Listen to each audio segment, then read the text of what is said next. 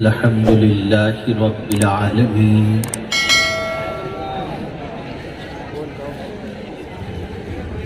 والعاقبة للمتقين والصلاة والسلام على سيد الأنبياء والمرسلين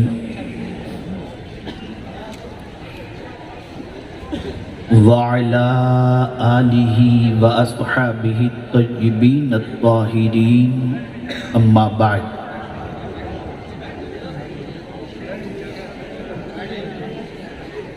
فأعوذ بالله من الشيطان الرجيم بسم الله الرحمن الرحيم قال النبي صلى الله تعالى عليه وسلم بعثت معلما وقال رسول الله صلى الله تعالى عليه وسلم في مقام آخر بعثت لأتمم مكارم الأخلاق صدق رسول الله صلى الله تعالى عليه وسلم قابل قدر علماء ذوی الاحترام اللہ اکبر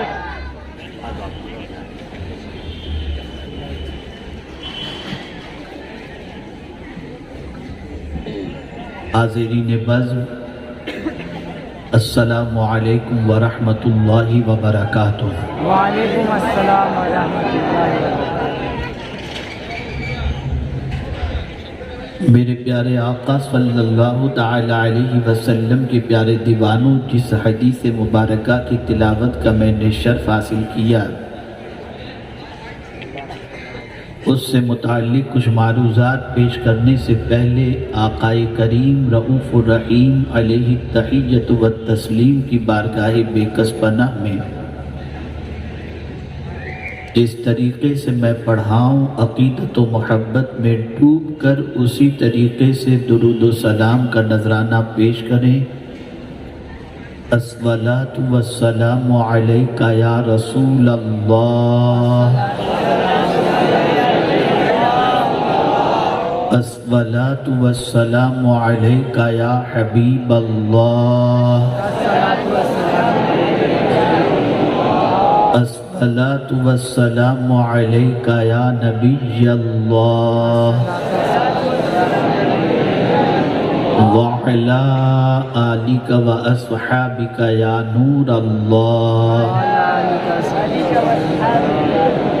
صلی اللہ تعالی علیہ وسلم۔ میں ان سے معذرت چاہتا ہوں، تھوڑا سا میں نے غصہ ان پر کر دیا،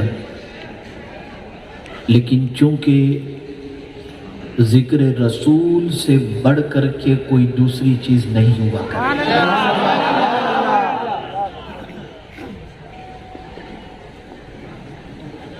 آج ہماری قوم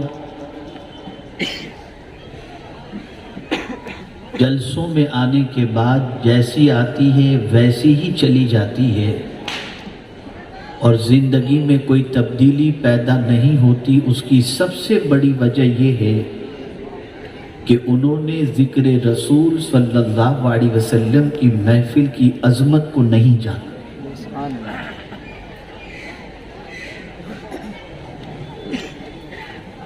ابھی بھی بہت سارے منتظمین یہ تصور کرتے ہیں کہ جب تک کہ ہلہ گلہ شور شرابہ بیٹھو اٹھو بھاگو یہ ہم نہیں کریں گے تب تک کہ ہماری حاضری ہوگی ہی نہیں۔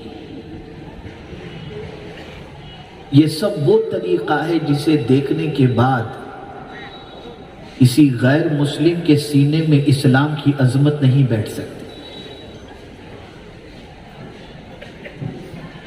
اسلام نے ڈسپلین کی تعلیم دی ہے،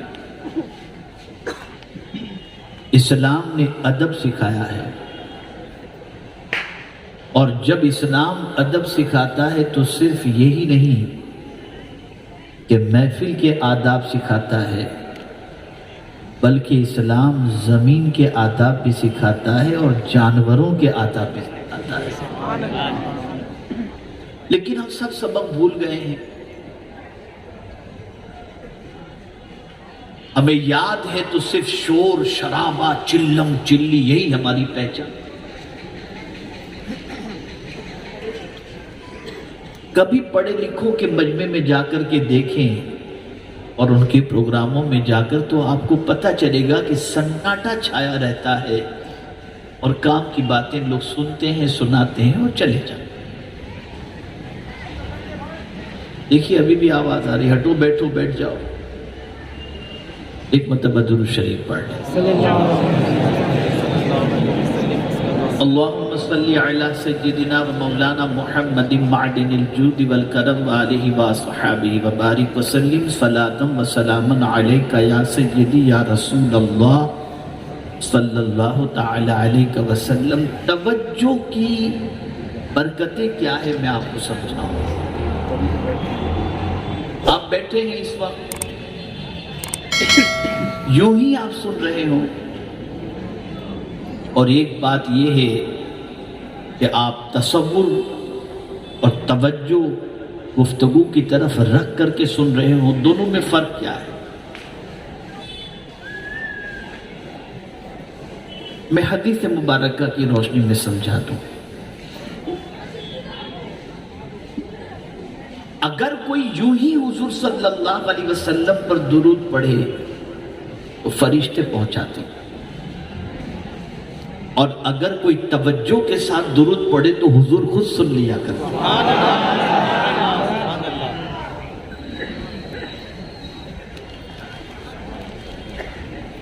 یہ ہے توجہ کی برکت. میرے پیارے آقا صلی اللہ علیہ وسلم کے پیارے دیوانوں، شیطان کبھی نہیں چاہے گا کہ آپ کے دل و دماغ میں کوئی ایسی بات اترے جس پر عمل کرنے کے بعد کل سے آپ کا سفر جنت کے راستے کا ہو جائے. اس لیے ذہن بٹائے گا، ادھر ادھر توجہ، کوئی موبائل، کوئی ہٹو، کوئی بچو، کوئی آؤ، کوئی جاؤ، یہ ساری چیزیں.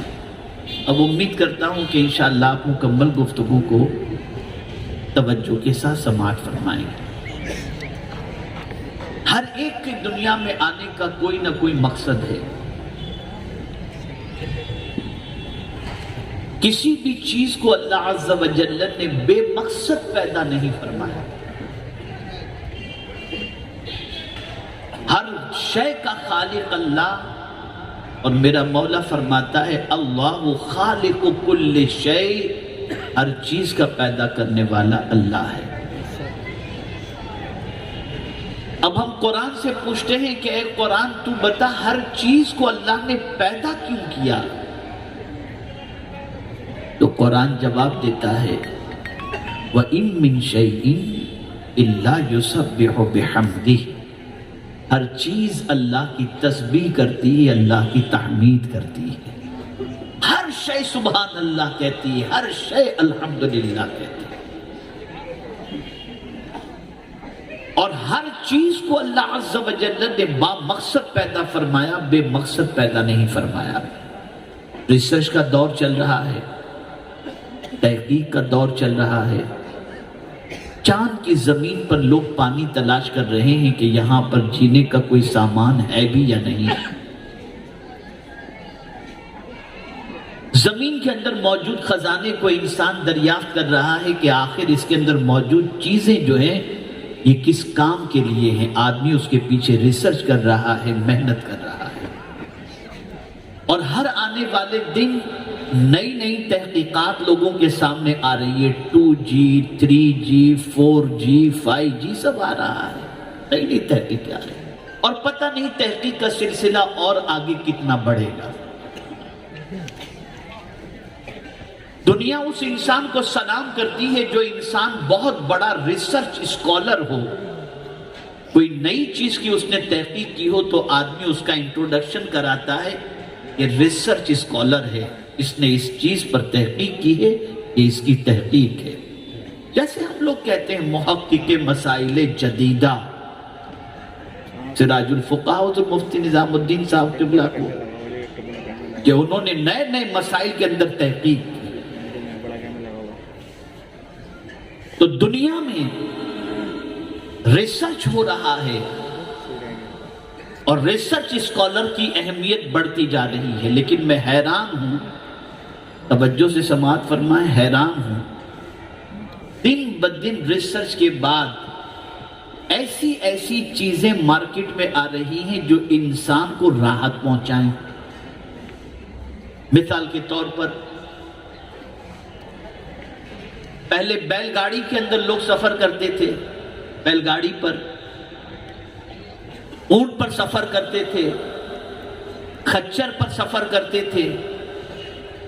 ایک علاقے سے دوسرے علاقے تک جانے کے لیے لوگوں کو کم سے کم ایک مہینہ لگ جاتا تھا۔ تو آسانی کے لیے گاڑیوں کا انتظام ہوا، کار کا انتظام ہوا، پھر کار کے بعد ٹرین کا انتظام ہوا کہ اور جلدی سفر طے ہو جائے، ٹائم بچ جائے۔ ہوائی جہاز ایجاد کیا گیا تو گھنٹوں کا سفر منٹوں میں طے ہونے لگا۔ پہلے پوزیشن ایسی تھی کہ ہاتھ کے پنکھے سے انسان اپنے آپ کو ٹھنڈک پہنچایا کرتا تھا، پھر سیلنگ فین آئے، پھر ٹیبل فین آئے، پھر وال فین آئے، اس سے بھی انسان کو راحت نہیں ہوئی۔ تحقیق کرنے والوں نے تحقیق کی اور ایئر کنڈیشن کا انتظام کیا۔ اب ایئر کنڈیشن آ گیا تو آدمی اس میں اور راحت محسوس کرنے کی کوشش کرتا ہے۔ کار کو بھی دیکھ لیجئے تو پہلے کیسی کاریں تھیں، ایمبیسیڈر، اور اب آج کے دور میں کاریں دیکھیں تو بالکل نئے نئے ماڈل آٹومیٹک کاریں آ گئی۔ تو ہونا تو یہ چاہیے تھا کہ جیسے ہی راحت کا سامان بڑھتا انسان کو زیادہ سے زیادہ راحت ملتی، لیکن میں پریشان ہوں، راحت کا سامان جتنا بڑھتا جا رہا ہے بے چینی اتنی بڑھتی جا رہی ہے۔ پہلے جتنے لوگ مطمئن تھے آج لوگ اتنے مطمئن نہیں ہیں۔ آج اگر کروڑ پتی، ارب پتی، خرب پتی سے بھی پوچھو کہ کیسے گزر رہی ہے، بس دعا کریں، سکون کی تلاش میں ہوں، نیند نہیں آتی، بس رات کو ٹیبلٹ لے کر کے سوتا ہوں، مشکل سے 2 گھنٹے سو پاتا ہوں، ایئر کنڈیشن ہے، نیند نہیں آتی، نرم گدا ہے، نیند نہیں آتی۔ تو سوال یہ پیدا ہوتا ہے کہ آرام کے سامان کے ملنے کے بعد انسان کو راحت ملنی چاہیے تھی، لیکن آرام کے سامان کے ملنے کے بعد انسان کو راحت ملنے کی بجائے انسان کی بے چینی بڑھ رہی ہے۔ وجہ کیا ہے؟ سبب کیا ہے؟ تو میرے پیارے آقا صلی اللہ تعالی علیہ وسلم کے پیارے دیوانوں، ہم نے جتنی بھی تحقیقات کی ہیں نا، وہ سب جسم کو راحت پہنچانے والی چیزوں کی تحقیق کی، ہم نے کبھی روح کو راحت پہنچانے والی چیز کا انتظام نہیں کیا۔ سکون کا تعلق دل سے ہے، جب تک دل کو دل کی غذا نہیں ملے گی، روح کو روح کی غذا نہیں ملے گی، اس وقت تک انسان سکون کی دولت سے مالا مال نہیں ہو سکتا۔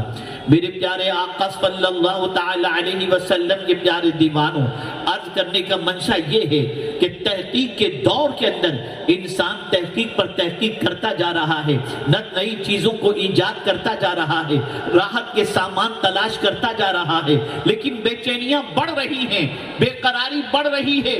وہ انسان جو چاند پر کمندیں ڈالنے کی بات کر رہا ہے، سورج کی شعاؤں کو گرفتار کرنے کی بات کر رہا ہے، نئی نئی چیزوں کی تحقیق کی بات کر رہا ہے، اور نئی نئی تحقیقات روز مارکیٹ کے اندر آتی دکھائی دیتی ہیں، اس انسان کی سب سے بڑی غفلت یہ ہے کہ وہ چیزوں کے بارے میں تو تحقیق کرتا ہے کہ یہ اللہ نے کیوں پیدا کی، اپنے بارے میں کبھی نہیں سوچتا کہ مجھے اللہ نے کیوں پیدا کیا۔ وہ بھول چکا ہے، اپنے بارے میں تحقیق نہیں کر رہا کہ خالق ارض و سما نے مجھے کیوں پیدا کیا۔ اور جب انسان خود فراموشی کا شکار ہوا تو آج تباہی کے دہانے پر پہنچ چکا ہے اور بربادی کے دہانے پر پہنچ چکا۔ اب آئیے میں آپ کو سمجھاتا ہوا چلوں۔ پیغمبر رحمت صلی اللہ علیہ وسلم انسانوں کو وہی چیز سکھانے کے لیے تشریف لائے۔ وہی بتانے کے لیے تشریف لائے کہ اے انسان، تجھ میں چھپے ہوئے خزانے کو تو تلاش کر، اپنے مقصد تخلیق کو تلاش کر، اور اگر تو یہ نہ کر سکا تو تیری زندگی اور جانور کی زندگی میں کوئی فرق نہیں ہو۔ اب آئیے میں آپ کو سمجھاؤں،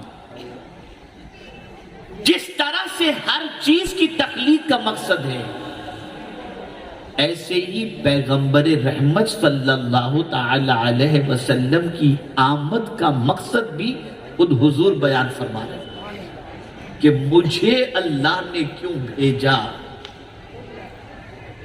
اتنے غلامان رسول یہاں پر موجود ہیں، آقا کریم صلی اللہ تعالی علیہ وسلم کے میلاد پاک کی خوشی مناتے ہیں، کمکمے لگاتے ہیں، جھنڈے لہراتے ہیں، بالکل کرو، لیکن کیا وجہ ہے کہ میلاد مصطفیٰ صلی اللہ علیہ وسلم کی محفل منانے والا بندہ اس کی زندگی سے کہیں عشق مصطفیٰ کی دلیل دکھائی نہیں دیتی؟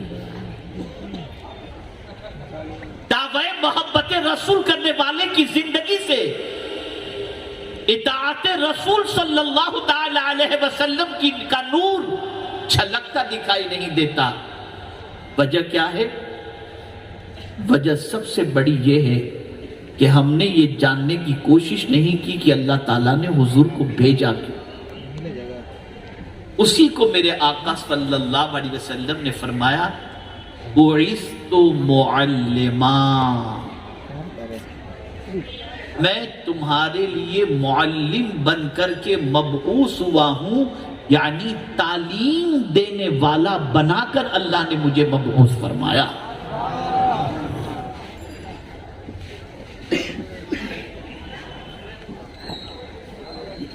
علم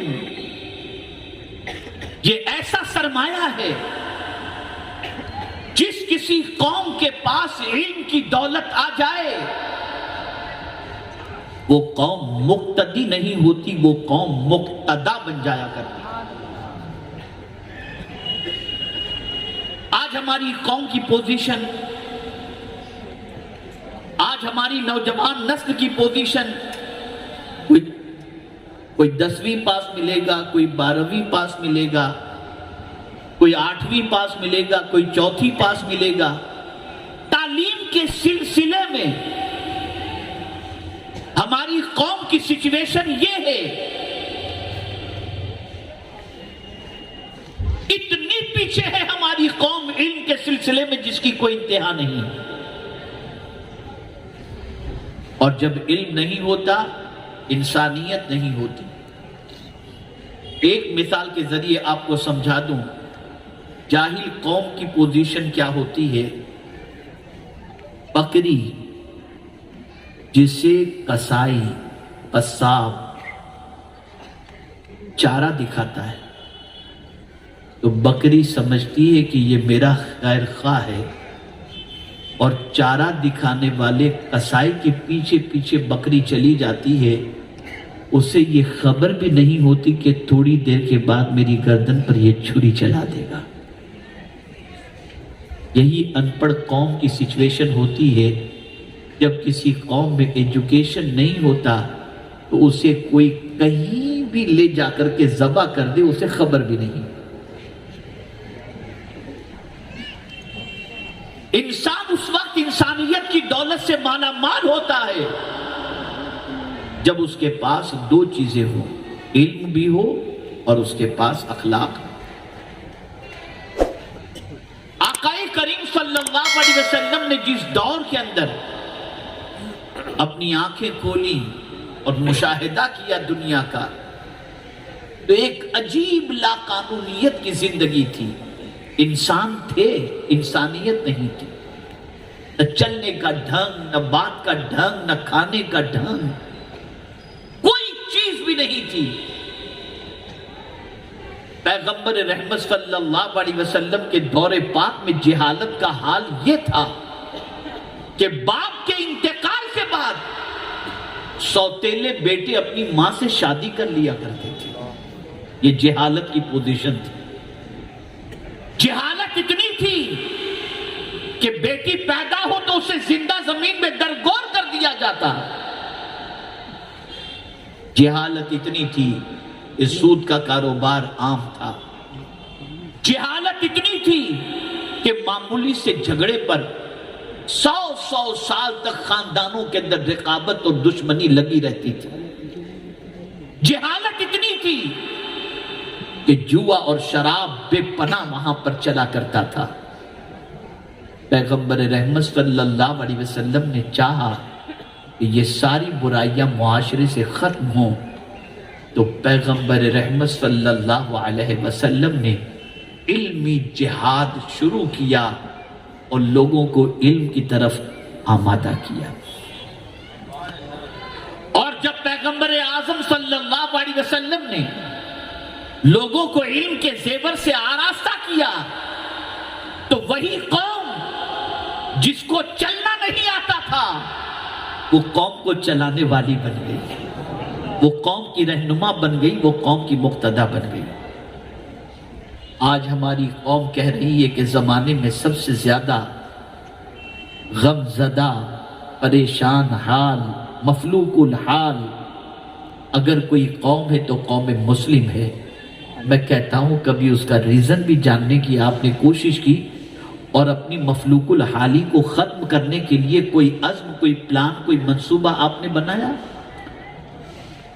جس قوم کا نوجوان رات کو 2 بجے تک بائک پر بیٹھ کر کے ویڈیو دیکھ رہا ہو، جس قوم کا نوجوان صبح 4 بجے تک آوارہ گردی کر رہا ہو، جس قوم کا نوجوان پوری رات گندی پکچریں دیکھ رہا ہو، جس قوم کا نوجوان کالج جانے کے بعد کتاب سے دوستی کرنے کی بجائے لڑکیوں سے دوستی کر رہا ہو، جس قوم کے نوجوان کا مزاج یہ ہو کہ اعلیٰ تعلیم حاصل کرنے کی بجائے تعلیم سے اپنے رشتے کو توڑ دے، پھر وہ قوم زمین پر باعزت قوم کی حیثیت سے جی نہیں سکتی.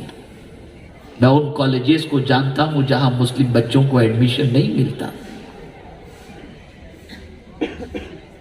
ایک بڑی تعداد میں پوری دنیا میں مسلمان ہونے کے باوجود آج ہمارے پاس ایسی کوئی یونیورسٹی نہیں ہے جہاں پر دنیا کے مختلف ملکوں کے بچے آ کر کے علم حاصل کر سکیں. میں آج آپ کو آپ کا سنہرا ماضی یاد دلانے آیا. میں جانتا ہوں کہ ہزاروں کے اس مجمع میں ہر کوئی تو بیدار نہیں ہو سکتا، لیکن میں اپنی قوم سے نا امید نہیں ہوں. میں اللہ کی ذات سے یقین رکھتا ہوں اور امید رکھتا ہوں کہ میری قوم کا ایک فرد بھی اگر کھڑا ہو گیا تو اللہ چاہے گا تو اس ایک فرد کی وجہ سے امت کی تقدیر بدل جائے گی. آؤ میں تمہیں بتاؤں ہمارا ماضی کیا تھا علم کے اعتبار سے. یہ 800 سال پرانی بات ہے. تنہا بغداد کی سرزمین پر 30 یونیورسٹی تھی، صرف بغداد کی سرزمین پر. اور جانتے ہیں جرمن کے طلبہ، فرانس کے طلبہ، مغربی ملکوں کے طلبہ بغداد کی سرزمین پر علم حاصل کرنے کے لیے آتے. نوجوانوں ذرا تم اپنا ماضی دیکھو، مت بھاگو ان ہیرو ہیروئن کے پیچھے. تم ذرا اپنے ان بزرگوں کی زندگی کو پڑھو اور اپنا سنہرا ماضی دیکھو اور پھر اپنے اندر چینجز لاؤ. فرانس کا ایک بچہ بغداد کی سرزمین پر یونیورسٹی کی جانچ کے لیے آیا، اس اعتبار سے کہ میں ذرا دیکھوں تو صحیح کہ بغداد میں موجود یونیورسٹی میں تعلیم کا سسٹم کیا ہے. بغداد کی سرزمین پر پہنچا اور پہنچنے کے بعد بغداد کی ایک گلی سے گزر رہا تھا. 4 مسلم نوجوان جو طلبہ تھے، اسٹوڈنٹس تھے، وہ آ رہے تھے. انہوں نے ایک گوری چمڑی والے کو دیکھا اور اجنبی دیکھا. چاروں نے اس سے ملاقات کی. پوچھا کہاں سے آئے ہو؟ کہا فرانس سے آیا ہوں. کیسے آنا ہوا؟ کہا یہاں 30 جامعات ہیں، 30 یونیورسٹی ہیں، میں یونیورسٹی کے تعلیمی سسٹم کو دیکھنے کے لیے آیا ہوں۔ بات چیت چلتی رہی، ان چاروں نے کہا آؤ چائے پیتے ہیں۔ بات چیت ایسی دوستانہ ماحول بنانے کی انہوں نے کوشش کی۔ اس کے بعد اس نوجوان کا اسٹیٹمنٹ سنیے جو فرانس کی سرزمین سے آیا تھا۔ اس نے کہا وہ گلی میں گھومنے والے چاروں نوجوانوں سے میں نے سوال کیا جن کی عمر 20 سے لے کر 28 کے درمیان کی تھی۔ میں نے ایک نوجوان سے پوچھا تم کیا کرتے ہو؟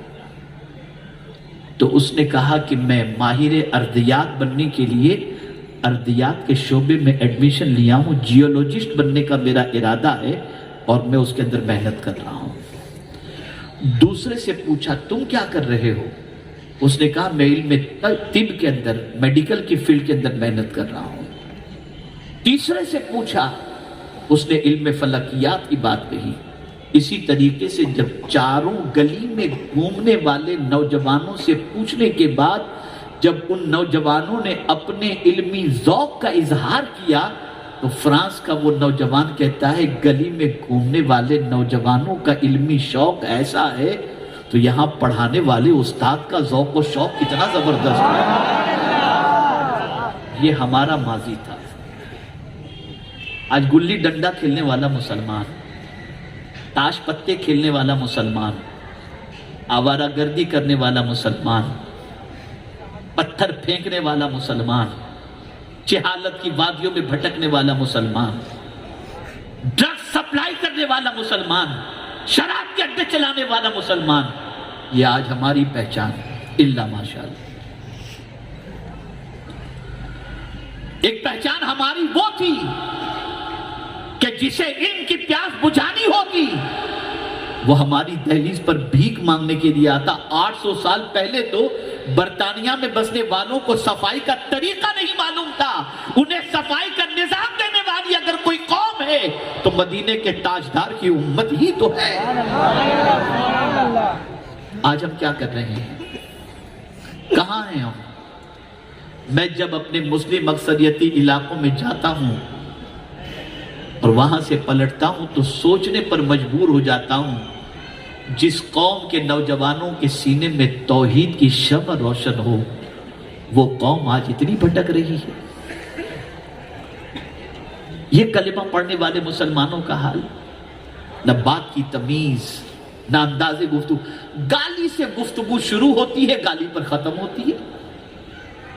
بات کرنے کا انداز تک نہیں معلوم کہ کیسے بات کی جائے، کس سے کیسے بات کی جائے یہ بھی نہیں معلوم۔ محفل ذکر رسول یا اللہ گلہ بھاؤ کہاں سے سکھایا؟ کیا یہ ڈسپلن ہے؟ کون آپ کے معاشرے میں داخل ہونے کے لیے تیار ہوگا؟ کون آپ کے پڑوس میں رہنے کے لیے تیار ہوگا؟ کون آپ سے دوستی کرنے کے لیے تیار ہوگا؟ کوئی ماں یا کوئی باپ اپنے بچے کو بگڑا ہوا تو نہیں دیکھنا چاہتی نا۔ ہم تھے، ہمارا زمانہ تھا، ہمارا ماضی تھا، بگڑا ہوا تلاش کرتا تھا کہ مسلمان کے پڑوس میں رہ جاؤں، میرے بچوں کو جینے کا سلیقہ آ جائے گا۔ اور آج اگر کسی مسلمان کو تعلیم زیادہ مل جاتی ہے اور وہ اکثریتی علاقے میں رہتا ہے تو پہلے بھاگتا ہے، بھاگو اس علاقے سے کہیں بچہ گالی بکنے والا نہ بن جائے۔ یہ ہماری پہچان بن گئی، یہ ہماری آئیڈینٹی بن گئی۔ ہم نے کبھی تعلیم پر فوکس نہیں کیا، ہم نے تعلیم کے سلسلے میں جد و جہد نہیں کی۔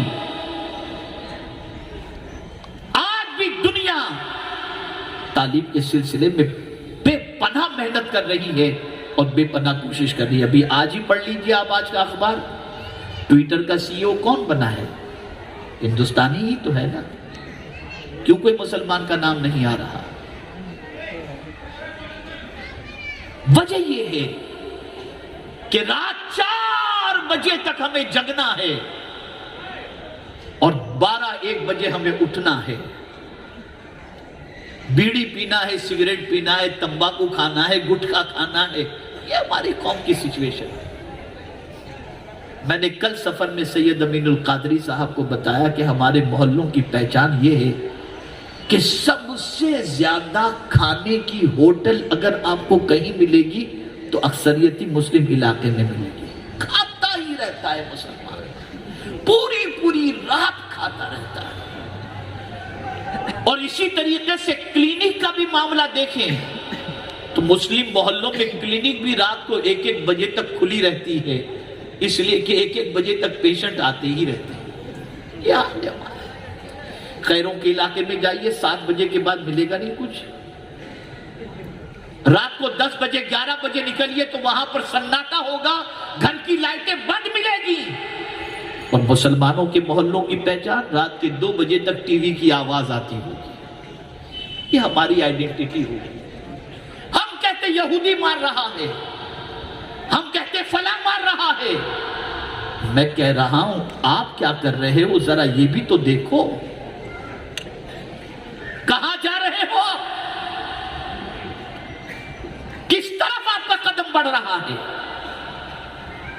تمباکو کھانے والا مسلمان، گٹکا کھانے والا مسلمان، کینسر کے مرض کے اندر مسلمان. آپ دیکھیں تو اسے کیا ہو رہا ہے.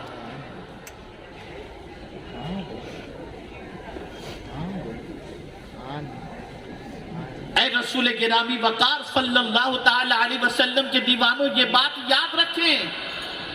میں اپنی قوم سے نہ کل مایوس تھا، نہ آج ہوں، نہ کبھی مایوس ہوں گا.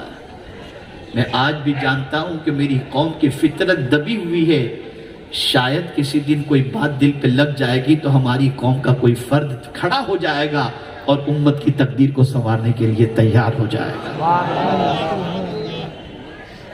نوجوانوں اپنی ذمہ داری کو محسوس کرو، سرمایہ داروں اپنی ذمہ داری کو محسوس کرو،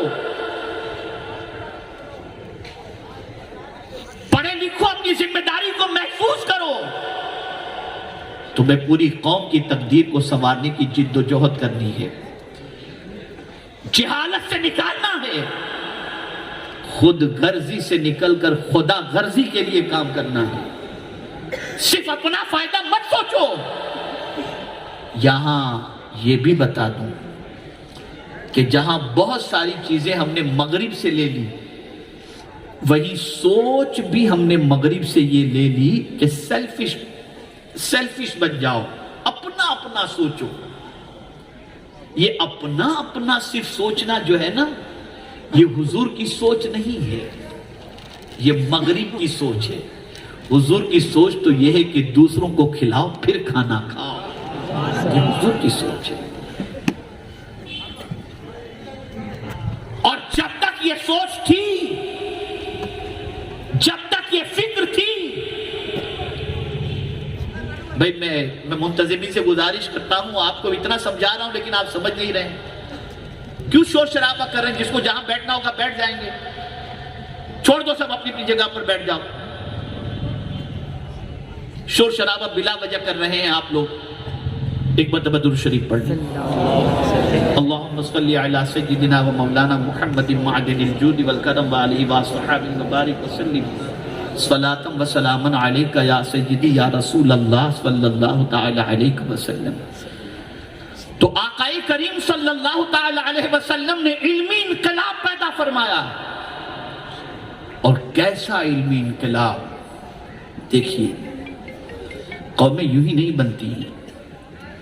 کیسا علمی انقلاب کہ رسول اعظم صلی اللہ علیہ وسلم نے فرمایا ماں کی گود سے لے کر قبر کی گود تک علم حاصل کرو. اب دیکھیے ہم تو صرف دعویٰ کرتے ہیں نا. ابھی نیاز کا اہتمام ہو، آپ دیکھیے بس کھانے کے لیے ٹوٹ پڑیں گے. لیکن حضور کی بات پر عمل کرنے کی بات آئے تو مولانا لوگ کریں، یہ کام ان کا ہے، ہمیں تو کھانے پینے سے فرصت نہیں. لیکن صحابہ، تابعین، اولیاء کاملین، ان کی سچویشن کیا تھی؟ حضرت امام ابو یوسف رحمت اللہ تعالی علیہ بستر مرگ پر تھے. قریب ہے کہ روح جسم سے پرواز کر جائے. لیٹے میں بستر پر ایک بزرگ تشریف لائے. انہوں نے امام ابو یوسف سے سوال کیا. امام ابو یوسف نے ان سے سوال کیا. وہ تو طبیعت پوچھنے کے لیے آئے تھے. اور امام ابو یوسف بستر پر ہیں، جان نکلنے کے قریب ہے، ایسی پوزیشن ہے، ایک دم آخری وقت جیسی پوزیشن ہے۔ امام ابو یوسف نے دیکھا کہ صاحب علم آئے تو فوراً سوال کر لیا کہ حضرت یہ بتائیے رمی جمار کے بارے میں آپ کا کیا حکم ہے اور آپ کا کیا مشورہ ہے اس سلسلے میں کہ رمی جمار سواری پر افضل ہے یا نیچے کھڑے رہ کر یا پیدل افضل ہے؟ وہ بزرگ فرماتے ابو یوسف تمہارے جسم میں طاقت نہیں ہے، تمہیں آرام کی ضرورت ہے اور تم علمی مذاکرہ کر رہے ہو، آرام کرو آرام کرو۔ امام ابو یوسف نے پوری توانائی جمع کی، اٹھ کر کے بیٹھ گئے، کہا حضور آپ کی بات اپنی جگہ پر ہے، لیکن میرے نبی نے کہا ہے کہ ماں کی گود سے لے کر قبر کی گود تک علم حاصل کرو، ابھی میں مرا نہیں، سوچتا ہوں مرتے مرتے بھی کچھ سیکھ کر کے مر جاؤں۔ یہ جذبہ تھا، یہ جذبہ تھا۔ اور جس قوم کی پوزیشن یہ ہو کہ رات آوارہ گردی کے اندر گزرتی ہو اور علم کے سلسلے میں بالکل صفر اور کوئی قربانی نہ دیتی ہو، وہ قوم زمین کے اوپر باعزت کیسے زندگی گزار سکتی ہے؟ آج آپ دیکھیں کالج کے ٹاپر کون بنتے ہیں؟ اللہ ماشاءاللہ ہیں مسلمان، اب آ رہے ہیں تعلیم کی فیلڈ کے اندر، محنت کر رہے ہیں، آگے بڑھنے کی کوشش کر رہے ہیں، I P S I F officer بننے کی کوشش کر رہے ہیں، لیکن پھر بھی میں اگر کہوں کہ اتنی بڑی تعداد میں مسلمان ہونے کے باوجود جتنا پرسنٹیج ایجوکیشن میں ہونا چاہیے اتنا پرسنٹیج آج بھی مسلمان کا نہیں ہے۔ آپ کہیں گے مولانا دنیا کے علم کی بات کرتے، چلو دین کے علم کی بات کرو، اتنا بڑا مجمع ہے نا، پورے یقین کے ساتھ میں کہتا ہوں، پورے یقین کے ساتھ کہ اتنے بڑے مجمع میں سے 95 سے 99% مسلمان ایسے ہیں جن کو قرآن صحیح طور پر پڑھنا نہیں آتا، نہیں آتا۔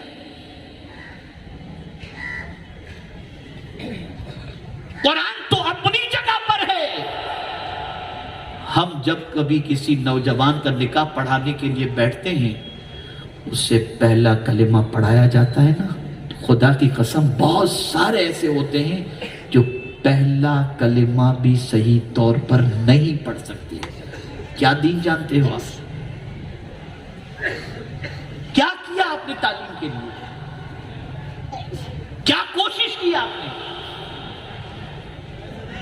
یہ رات کے 2 بجے تک 3 بجے تک گپ شپ مارنا، کیا یہ چیزیں آپ کو عروج عطا کریں گی؟ نہیں۔ یہ ترقی عطا کرے گی؟ نہیں۔ مجھے کسی دانشور نے سوال پوچھا تھا کہ اللہ نے بہت نوازا ہے حضرت مجھے بتائیے میں کچھ ایسا کر کے جانا چاہتا ہوں جس کی وجہ سے میری آخرت بھی سدھر جائے۔ میں نے کہا حضور کی ایک حدیث ہے، اگر پوری دنیا کا مسلمان اس پر عمل کرتا تو آج مسلمانوں کے اداروں کی قطار ہوتی، ہاسپٹلوں کی قطار ہوتی، اور ہماری نسل جو ہے بگڑی ہوئی نہ ہوتی سیدھی ہوتی۔ ایک حدیث پر، صرف ایک حدیث پر۔ وہ کون سی حدیث ہے؟ پیغمبر رحمت صلی اللہ علیہ وسلم ارشاد فرماتے ہیں مرنے والا جب مرتا ہے تو اس کے اعمال منقطع ہو جاتے ہیں سوائے 3 چیزوں کے۔ ایک آدمی مرا، اب جیسے ہی روح نکلی نا، اب وہ کوئی نیکی نہیں کر سکتا، کوئی کام نہیں کر سکتا، فنش، اس کا پیریڈ لائف کا ختم۔ اب نہ اس کے اوپر نماز ہے، نہ روزہ ہے، نہ حج ہے، نہ زکوٰۃ ہے، کچھ بھی نہیں، فنش۔ اب سارے عمل کا سلسلہ ختم۔ لیکن سرکار فرماتے ہیں سوائے 3 چیزوں کے، یعنی مرنے والا مرنے سے پہلے کوئی علمی کام کر کے مرا ہے، کتابیں لکھی اس نے، اسکول قائم کیا، دارالعلوم قائم کیا، تعلیم کے سلسلے میں اس نے جد و جہد کی، کچھ قربانی اس نے پیش کی، تو اب وہ مرنے والا مر جائے گا، لیکن اس کی کتابوں سے، اس کے ادارے سے جب تک لوگ فائدہ اٹھائیں گے وہ مرنے والا قبر میں لیٹا رہے گا، ثواب سب کا اس کو ملتا رہے گا۔ اگر مرنے والا مسلمان اپنی آخرت کی فکر کیا ہوتا اور مرنے سے پہلے اس نے ادارے بنائے ہوتے تو آج ہماری قوم کے بچوں کو کسی اسکول میں جا کر کے ایڈمیشن کے لیے بھیک مانگنے یا برقع اتارنے کی ضرورت پیش نہ آتی۔ آج ہمارے خود کے ادارے ہوتے اور ہمارے بچے علم حاصل کرتے۔ مرنے والا مرنے سے پہلے یہ عزم کر لے کہ میں تعلیم کا کوئی کام کر کے مروں گا، میں ایجوکیشن کے سلسلے میں کچھ کر کے مروں گا۔ اے اللہ مجھے اس وقت تک موت نہ دینا جب تک کہ تیرے بندوں کے علمی فائدے کا کوئی کام میں نہ کر لوں۔ یہ آدمی کی سوچ ہو۔ دوسری چیز صدقہ جاریہ۔ مرنے والا مرنے سے پہلے کوئی ایسا کام کر کے گیا جس سے مخلوق فائدہ اٹھا رہی ہے تو یہ اس کے لیے صدقہ جاریہ ہوگا۔ جتنے لوگ اس سے فائدہ اٹھائیں گے قبر میں اس کو اللہ تعالیٰ ثواب عطا فرمائے گا۔ آپ نے کنواں کھدوا دیا، آپ نے ہاسپٹل بنوا دی، آپ نے مسافر خانہ بنا دیا، آپ نے لائبریری بنا دی، لوگ آ رہے ہیں اور اس سے اکتساب فیض کر رہے ہیں۔ قبر میں آپ کچھ نہیں کر رہے، قبر میں تو آپ لیٹے ہیں، لیکن جتنے فائدہ اٹھا رہے ہیں سب کا ثواب اللہ قبر میں آپ کو عطا کر رہا ہے۔ اگر مسلمان اس حدیث کے ٹکڑے کو پیش نظر رکھتا تو آج ہمارے اپنے ہاسپٹل ہوتے، آج ہمارے اپنے مسافر خانے ہوتے، آج ہمارے اپنے کنویں ہوتے، آج سب کچھ ہمارا ہوتا، لیکن ہم کو کبھی آخرت کی فکر سوجھی ہی نہیں۔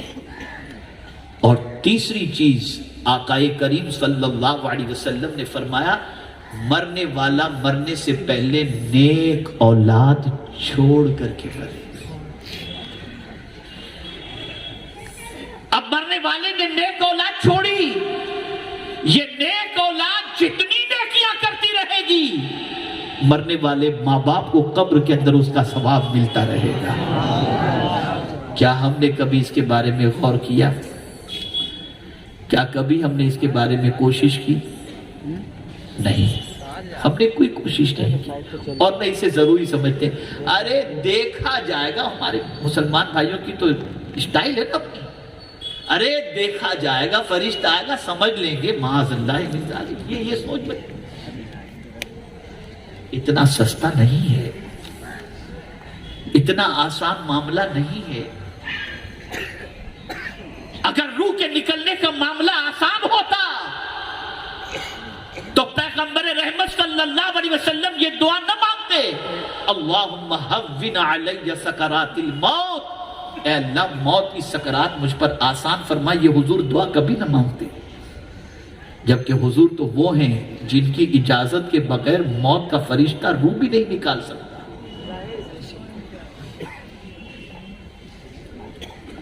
لیکن سرکار نے اپنی امت کی تعلیم کے لیے یہ دعا فرمائی، لیکن ہم ہیں بے فکری میں زندگی گزار رہے ہیں۔ عقل مند مسلمان وہ ہے جو ہوش میں آئے اور اپنی قوم کی تباہی کو دیکھ کر کے کوڑھے، رات کی نیندیں خراب کرے اور اپنی امت کو اٹھانے، اپنے نبی کی امت کو اٹھانے کے لیے، اپنی قوم کو اٹھانے کے لیے جد و جہد کرے، محنت و مشقت کرے۔ صحیح معنوں میں اگر درد دل کسی مسلمان کے پاس نہیں ہے تو صحیح معنوں میں وہ انسان نہیں ہے۔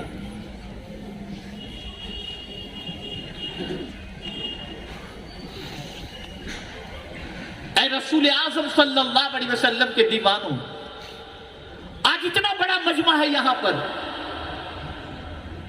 اگر اس مجمع میں سے چند افراد ہی یہ ٹھان لیں، اگر کوئی ایجوکیٹڈ ہے وہ یہ عزم کرے میں اپنے محلے کے وہ بچے جو فیس نہیں دے سکتے، ٹیوشن کی فیس دے سکتے، میں ان کی تعلیم کی رسپانسبلٹی لیتا ہوں، میں ان کو پڑھاؤں گا۔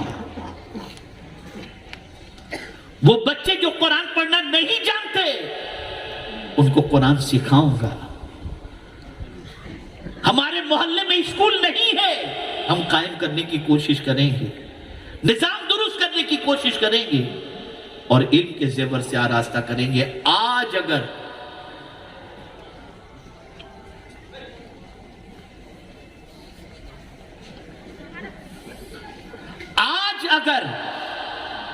بیٹا باپ کا گستاخ ہو رہا ہے، شاگرد استاد کا گستاخ ہو رہا ہے، وہ علم کی کمی کی بنیاد پر۔ اس کو میں سمجھاتا ہوں۔ اندھیرا ہو، دیکھیے حضور نے کتنی پیاری بات فرمائی ہے جس سے سمجھانا آسان ہو جائے گا۔ اندھیرا ہو، ایک کمرے میں بیٹھے ہیں، آپ بھی بیٹھے ہیں، آپ نہیں بیٹھے، چلیے آپ کے والد بیٹھے ہیں، آپ کے چچا بیٹھے ہیں، آپ کے استاد بیٹھے ہیں، آپ کے پیر صاحب بیٹھے ہیں، پورا کمرہ کھچا کھچ بھرا ہوا ہے اور لائٹ نہیں ہے کمرے کے اندر، کمرے میں لائٹ نہیں ہے اور آپ کمرے کے اندر انٹر ہوئے، تو کیا یہ صحیح نہیں ہے کہ اندھیرے کے اندر آپ کا پیر کبھی باپ کے ہاتھ پہ بھی پڑ جائے گا، کبھی استاد کے سر پہ بھی لگ جائے گا پیر، کبھی پیر صاحب کو بھی آپ ٹھوکر میں لے لیں گے؟ اندھیرے میں تو آپ کو کچھ دکھائی نہیں دے گا نا، اندھیرے میں تو کچھ نہیں دکھائی دے گا، کسی کو بھی آپ کچل دیں گے، لیکن جیسے ہی لائٹ جلے گی یہ میرے ابا ہے، ڈر جائے گا۔ تو میرے آقا نے فرمایا العلم نور، علم روشنی ہے، جب یہ روشنی آئے گی تو باپ کا بھی احترام ہوگا، ماں کا بھی احترام ہوگا، استاد کا بھی ہوگا اور پیر کا بھی احترام ہوگا، اور جب یہ روشنی چلی جائے گی پھر کسی کا احترام نہیں رہے گا۔ یہ روشنی جا رہی ہے، اس روشنی کا معاملہ بالکل ختم ہوتا جا رہا ہے۔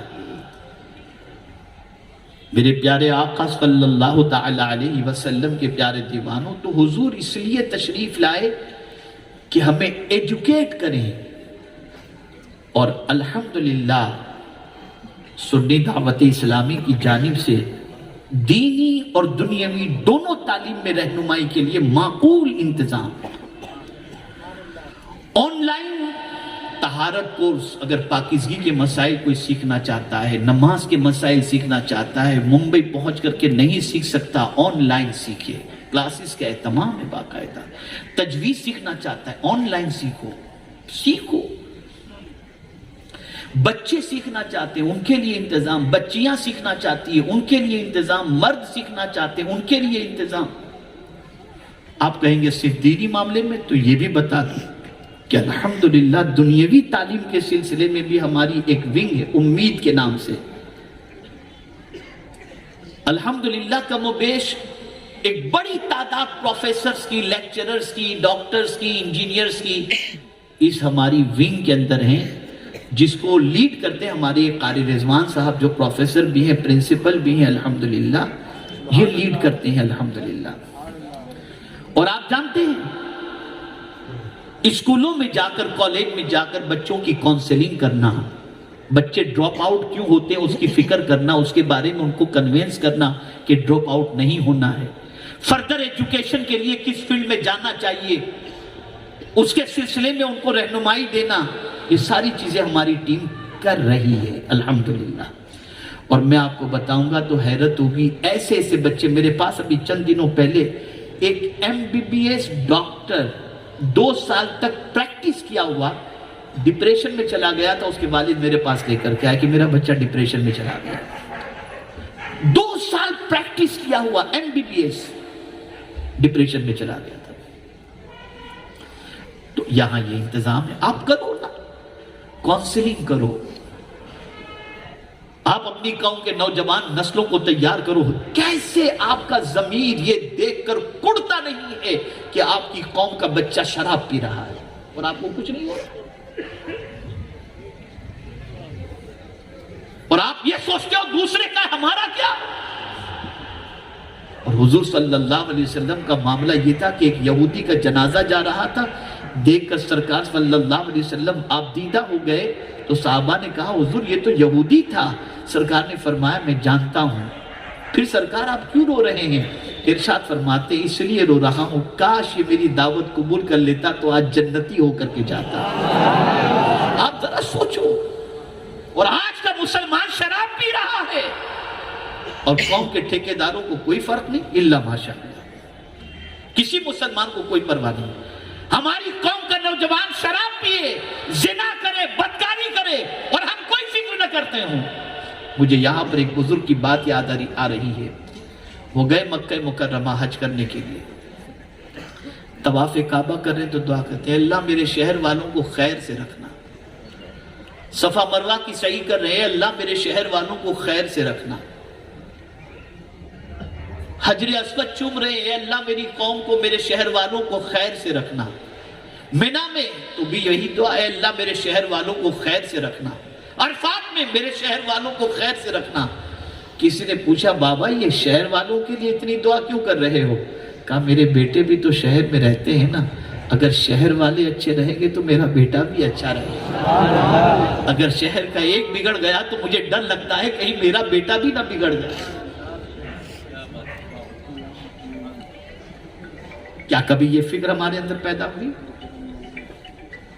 آپ اگر یہ سمجھتے ہو کسی اور کا بچہ ہے، آپ نہیں جانتے، اللہ نہ کرے کسی کے بچے کو وہ اغوا کر لے، مائنڈ ڈائیورٹ کر دے، بگاڑ دے، تو آپ کیا کریں گے؟ خیر، میں سمجھتا ہوں کہ تعلیم کے سلسلے میں مختصر سی یہ گفتگو شاید آپ کے دل و دماغ کے اندر بیٹھ گئی ہوگی۔ اب ایک حدیث تعلیم کے بارے میں سنا دو۔ ہم سب یہ چاہتے ہیں کہ اسلام زندہ رہے۔ اب حضور سے پوچھتے ہیں کہ حضور اسلام کیسے زندہ رہے گا؟ اسلام کی زندگی کس چیز سے ہے؟ تو میرے آقا صلی اللہ علیہ وسلم نے فرمایا العلم حیات الاسلام، علم اسلام کی زندگی ہے۔ اسلام کو زندہ دیکھنا چاہتے ہو تو علم کے ذریعے ہی تم اسلام کو زندہ دیکھ سکتے ہو۔ علم حاصل کرو۔ اب آئیے تھوڑا سا اخلاق پر بول دوں۔ جو شعبہ اس وقت مغربی دنیا میں بالکل ایمٹی ہے، ایک دم خالی ہے، اخلاق نام کی کوئی چیز نہیں۔ لیکن آپ کو میں بتاؤں تو میں آج ہی سوچ رہا تھا، ایک آیت میرے ذہن میں آئی تو میں نے سوچا پیغمبر کی نظر کہاں تک ہوتی ہے؟ رسول اعظم صلی اللہ علیہ وسلم کی آمد سے ہزاروں سال پہلے حضرت ابراہیم نے کیا دعا کی تھی؟ ربنا وابعث فیہم رسولا من انفسہم یتلو علیہم آیاتک ویعلمہم الکتاب والحکمہ ویزکیہم انک انت العزیز الحکیم۔ حضرت ابراہیم کی نظر دیکھ رہی تھی انسان صرف تعلیم سے نہیں بنتا، تعلیم اور اخلاق دونوں ہوں تب جا کر کے انسان بنتا ہے۔ صرف تعلیم ہو تو بھی انسان مکمل نہیں بنتا، تعلیم کے ساتھ کیریکٹر بھی نیسیسری ہے۔ وداؤٹ کیریکٹر صرف ایجوکیشن بھی انسان کو لوٹ لے گا۔ آج کیا ہو رہا ہے؟ کسی بھی آرڈینری ڈاکٹر کے پاس چلے جاؤ، ٹیسٹ پہلے لکھ کے دے گا، بلڈ ٹیسٹ، یورین ٹیسٹ، یہ ٹیسٹ، وہ ٹیسٹ، ضرورت ہے یا نہیں لکھ کر دے دے گا، اس لیے کہ 35% کمیشن وہاں سے لینا ہے۔ اسی کمپنی کی اور اسی میڈیکل اسٹور سے دوائی لینا، اس لیے کہ 25% وہاں سے لینا ہے۔ تو خالص علم ہو اور اخلاق نہ ہو تب بھی انسان کی گردن پہ چھری چلائی جاتی ہے۔ سب ڈاکٹر ایسے نہیں ہوتے۔ الحمدللہ میرا بیٹا بھی ڈینٹسٹ ہے، قاری صاحب کا بیٹا بھی ڈاکٹر ہے، اللہ کے فضل و کرم سے احتیاط کی جاتی ہے، ان چیزوں میں خیال رکھا جاتا ہے۔ پیشنٹ کی جان جا رہی ہے اور صرف ایجوکیشن ہے، پہلے 2 لاکھ جمع کرا اور اس سے پہلے ایڈمیشن نہیں ہوگا، یہ ساری چیزیں ہو رہی، لوٹ مار مچی ہوئی ہے۔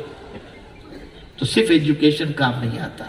حضور نے اسی لیے بیلنس رکھا کہ ایک انسان صرف ایجوکیشن سے انسان نہیں بنتا، ایجوکیشن کے ساتھ کیریکٹر بھی ہونا، اخلاق کا ہونا بھی ضروری ہے۔ میرے پیارے آقا صلی اللہ علیہ وسلم کے پیارے دیوانوں، میرا وقت تقریباً ختم ہونے کے قریب ہے۔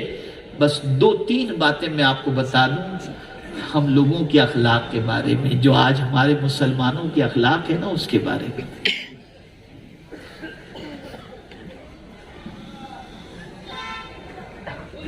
ہماری پہچان کیا ہے؟ ہمارے محلوں کی پہچان کیا ہے؟ جس محلے میں گندگی کا ڈھیر لگا ہو سمجھ لینا یہ مسلم محلہ ہے۔ جس محلے کے اندر پانی کے لیے جھگڑا ہو رہا ہو سمجھ لینا یہ ہمارا محلہ ہے۔ آپ کہتے ہیں یہ مولانا تو اپنے مسلمانوں کو ہی کوس رہے، میں کوس نہیں رہا ہوں، میں گراؤنڈ ریئلٹی آپ کے سامنے پیش کر رہا ہوں۔ مریض کو جب تک کہ اس کا مرض نہ بتایا جائے ٹریٹمنٹ کیسے ہوگا؟ یہ فیکٹ ہے۔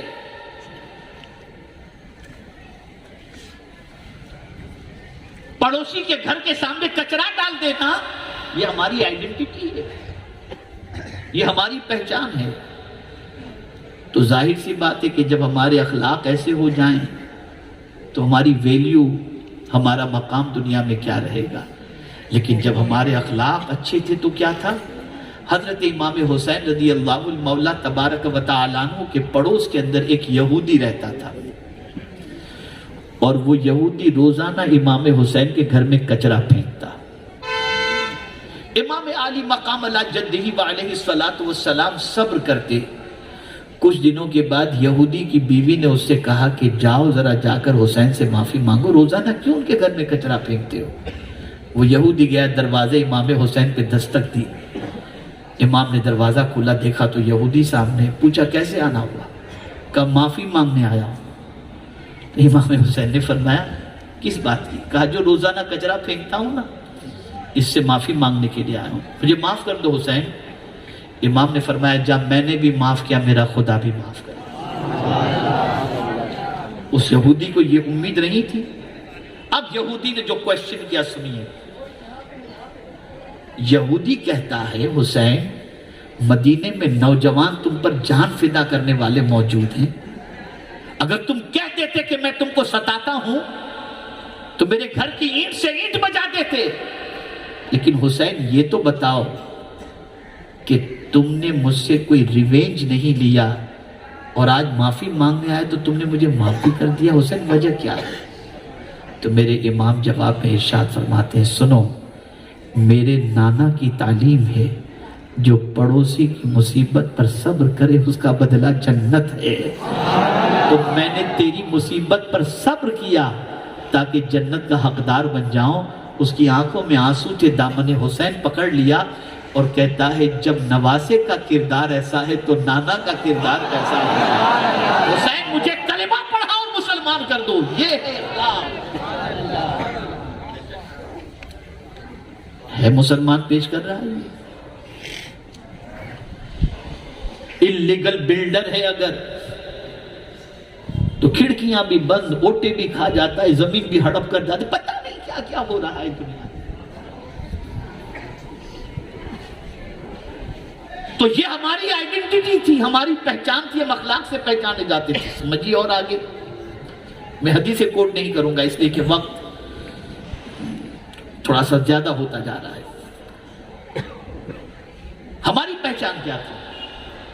اسپین سے جب مسلمانوں کا اخراج ہو رہا تھا، نکالا جا رہا تھا اسپین سے، اور کئی مسلمان وہاں سے نکل گئے، تو چند مسلمان جو ہے نا وہ اپنا حلیہ چینج کر کے، داڑھی کٹا کر، مغربی لباس زیب تن کر کے اسپین کے اندر رہے کہ ان کو کوئی پہچان نہ سکے۔ تو عیسائی جاسوسوں نے سوچا کہ مسلمان کو پکڑا کیسے جائے، پہچانا کیسے جائے۔ تو ایک چوراہے پر ایک کوڑ کے مریض کو بٹھایا گیا اور اس کے تھوڑے سے ڈسٹینس پر پانی کا ایک مٹکا رکھا گیا، اور اس کوڑ کے مریض سے کہا گیا یہاں سے جتنے بھی گزرے نا ان سب سے کہنا پانی پلاؤ، پانی پلاؤ، پانی پلاؤ۔ اور جاسوس لوگ قرب و جوار کے اندر بیٹھے ہوئے تھے۔ وہ کوڑ کا مریض ہر نکلنے والے سے پانی مانگتا، کوئی پانی پلانے کو تیار نہیں۔ ایک شخص کوٹ اور پینٹ میں ملبوس وہاں سے گزرا اور کوڑ کے مریض کو پیاسا دیکھ کر اس نے جب پانی کے بارے میں کہا، فوراً لپکا وہ پانی کے مٹکے کی طرف، نکالا پانی اور اسے پیش کرنے کے لیے گیا. بھاگ آئے جاسوس لوگ, پکڑ لیا اسے, تو مسلمان ہے. اس نے کہا مسلمان نہیں ہوں, اور بہت تحقیق کے بعد پتا چلا کہ وہ مسلمان ہے. اب اس مسلمان نے عیسائی جاسوسوں سے پوچھا, میرے ہاتھ میں قرآن نہیں تھا, میرے ہاتھ میں تسبیح نہیں تھی, میں سجدہ نہیں کر رہا تھا, چہرے پہ داڑھی نہیں تھی, تو نے کیسے پہچان لیا کہ میں مسلمان ہوں؟ تو عیسائی جاسوس نے کہا, اگر کوڑ کے مریض کو کوئی پانی پلا سکتا ہے تو محمد کا دیوانہ ہی پلا سکتا ہے. تیرے اس اخلاق کو دیکھ کر کے میں نے پہچان لیا کہ تو مسلمان ہے. یہ تھی ہماری پہچان, آئیڈینٹی. یہ ہماری آئیڈینٹی تھی, یہ ہماری پہچان تھی. آج گالی گلوچ, فحش, برائیاں, بدکرداریاں, بس یہ ساری چیزیں ہو رہی ہیں. ایک زمانہ تھا کہ مسلمان کے پڑوس کے اندر غیر مسلم فیملی رہتی تھی تو انہیں اطمینان ہوتا تھا کہ میری بیٹی کی آبرو محفوظ رہے گی, اس لیے کہ نبی کا دیوانہ کبھی نظر اٹھا کر دیکھے گا بھی نہیں. کیا آج یہ پوزیشن ہے؟ میں پوچھنا چاہتا ہوں, کیا آج پوزیشن ہے یہ؟ بدلو اپنے آپ کو. دو یہودی ایک راستے سے گزر رہے تھے, پتھر پڑا ہوا تھا راستے کے اندر, وہ ٹھٹک گئے, رک گئے. بیچ راستے میں پتھر پڑا تھا, دیکھ کر کے دونوں رک گئے. یہودی نے دوسرے یہودی سے پوچھا, بھائی رکنے کی وجہ کیا ہے؟ کہا یار یہ پتھر بیچ میں پڑا ہوا ہے. کہا ہاں یار پتھر تو پڑا ہوا ہے, بات تو صحیح ہے تمہاری. تو دوسرے یہودی نے کہا لگتا ہے یہاں سے کوئی مسلمان نہیں گزرا ہے, اس لیے کہ مسلمان اگر گزرتا تو راستے میں تکلیف دینے والی چیز کو کنارے کر دیتا, اس لیے کہ وہ نبی کی تعلیم پر عمل کر کے ہماری آئیڈینٹی تھی, یہ ہماری پہچان تھی. مسلمانوں ہوش کے ناخن لو, نوجوانوں اپنی ذمہ داری کو محسوس کرو. کبھی یہ نہ سوچنا کہ آج تک تو اتنا سب کچھ کیا, سب کو معلوم ہے معاذ اللہ شراب پیتا تھا, یہ کرتا تھا, وہ کرتا تھا, اب سدھروں گا تو کون مجھے بھاؤ دے گا. تو میں آپ کو ایک چیز عرض کروں, اگر سدھر گئے نا, سیدھے ہو گئے نا, تو اللہ تمہاری محبت خود لوگوں کے دلوں میں ڈال دے گا. وہ ڈال دے گا.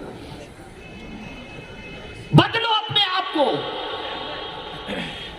چینج کرو اپنے آپ کو. کوئی بھی نوجوان ہمارا نظر نہ آئے, کوئی بھی نوجوان شراب پیتا نظر نہ آئے, کوئی بھی نوجوان ڈرگس لیتا نظر نہ آئے. رات کو 12 بجے, 1 بجے, 2 بجے تک 14, 15 سال کے بچے باہر بھٹکتے ہوتے ہیں, بائک پہ گھومتے ہوتے, سیٹیاں بجاتے ہوتے ہیں. اب بتائیے یہ قوم کی پہچان ہے ہماری؟ یہ قوم کیا ترقی کرے گی؟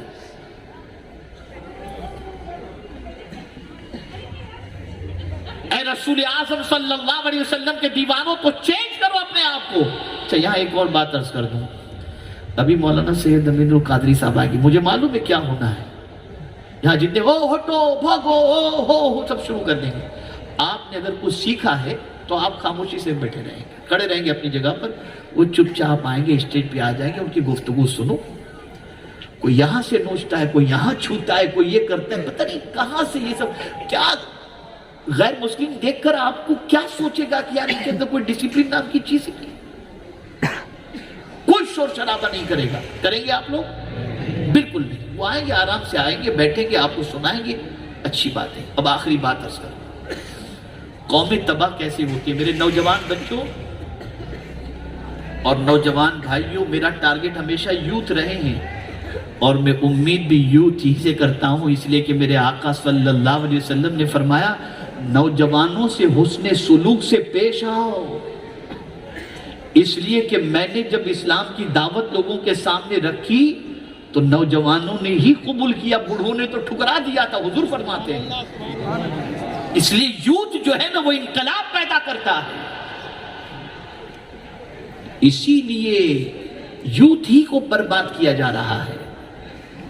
ہر قوم کے یوتھ کو گندی پکچروں کے لیے اس میں ایڈ نہیں آتی کہ یہ مسلمان ہی دیکھے، نہیں، ہر قوم دیکھتی ہے، ہر قوم کا نوجوان دیکھتا ہے۔ خیر، بس ایک آخری بات، قاری صاحب کی نعت سنیے گا جب تک انشاءاللہ حضرت مولانا سید امین القادری صاحب آئیں گے اور بھرپور خطاب آپ کے سامنے انشاءاللہ کریں گے۔ اب سن لیجیے، میں بلگرام شریف گیا ہوا تھا، وہاں ایک تغرہ آویزاں تھا، اس تغرے کے اندر سلطان صلاح الدین ایوبی کا ایک قول لکھا ہوا تھا، اور وہ قول کیا تھا؟ کسی قوم کو تباہ کرنا ہو تو ایٹم بم کی ضرورت نہیں ہے، کسی قوم کو تباہ کرنا ہو تو ایٹم بم کی ضرورت نہیں ہے، اس قوم کے نوجوان کو عیاش بنا دو، وہ قوم خود بخود تباہ ہو جائے گی۔ تو کسی قوم کا نوجوان اگر آوارگی کا شکار ہو جائے تو وہ قوم تباہ ہو جاتی ہے۔ آج کے اس عظمت مصطفیٰ صلی اللہ علیہ وسلم کانفرنس کے اندر میں آپ کو یہی پیغام دینا چاہوں گا کہ بیدار ہو جاؤ، چینج کرو اپنی لائف کو، لائف سٹائل بھی چینج کرو، زندگی گزارنے کا طریقہ بھی چینج کرو، اور اپنے آپ کو ڈسپلین کے ساتھ زندگی گزارنے والا بناؤ۔ ایجوکیشن کے سلسلے میں ایج لیمٹ ہے ہی نہیں، ہے ہی نہیں۔ میں نے ایسے لوگوں کے بارے میں بھی نیوز کے اندر دیکھا ہے جن کی عمر 92 ایئرز کی، اور وہ درخت کے نیچے 92 سال کا بڈھا بیٹھ کر کے ایجوکیشن حاصل کر رہا ہے۔ ایسوں کو بھی میں نے دیکھا ہے۔ ابھی میں نے کسی کے بارے میں پڑھا تھا، اپروکسیمیٹلی 60 کے قریب کی اس کی ایج تھی، اور اس نے اس کے باوجود بھی گریجویشن کے لیے یا SSC کے لیے اس نے ایگزام وغیرہ دیا۔ ایجوکیشن کے لیے کوئی لمٹ نہیں۔ اگر آپ یہ چاہتے ہو کولکتہ کی خضر پورہ علاقے کے مسلمانوں کہ آپ کی عزت ہو، آپ کا وقار ہو، آپ کی آبرو ہو، دنیا آپ کو سلام کرے، تو آج سے گناہ سے رشتہ توڑو، نبی کی تعلیم سے رشتہ جوڑو۔ اگر آپ نے یہ کر لیا تو پھر آپ کو دنیا، آپ کی قدر بھی دنیا کرے گی، اور آپ کو عزت سے سلام بھی کرتی ہوئی دنیا نظر آئے گی۔ مسلمانوں، بہت ضرورت ہے اپنے آپ کو چینج کرنے کی۔ کبھی یہ نہ سوچنا میں اکیلا سدھروں گا تو کیا ہوگا، یار سب تو بگڑے ہوئے ہیں۔ تو میں آپ کو ایک چیز بتاؤں کہ آپ کو سدھرا ہوا دیکھ کر بھی تو کوئی سدھر سکتا ہے نا۔ آپ کے سدھرنے سے کیوں فائدہ نہیں ہوگا؟ کیوں فائدہ نہیں ہوگا؟ کبھی ایک کے سدھرنے سے اور ایک کی وجہ سے فائدہ ہوتا ہے، سدھرے ہوئے بھی ایک ہو تو ان سے بھی فائدہ ہوتا ہے۔ دیکھیں ایک بگڑا ہوا نوجوان ہو، ماں پیچھے محنت کرتی میرا بچہ سدھر جائے، نہیں سدھرتا، باپ محنت کرتا ہے نہیں سدھرتا، محلے والے محنت کرتے نہیں سدھرتا، رشتہ دار محنت کرتے نہیں سدھرتا، خاندان والے محنت کرتے نہیں سدھرتا، استاد پیر سب محنت کرتے نہیں سدھرتا، ایک بگڑے ہوئے پہ سب محنت کر رہے نہیں سدھرتا۔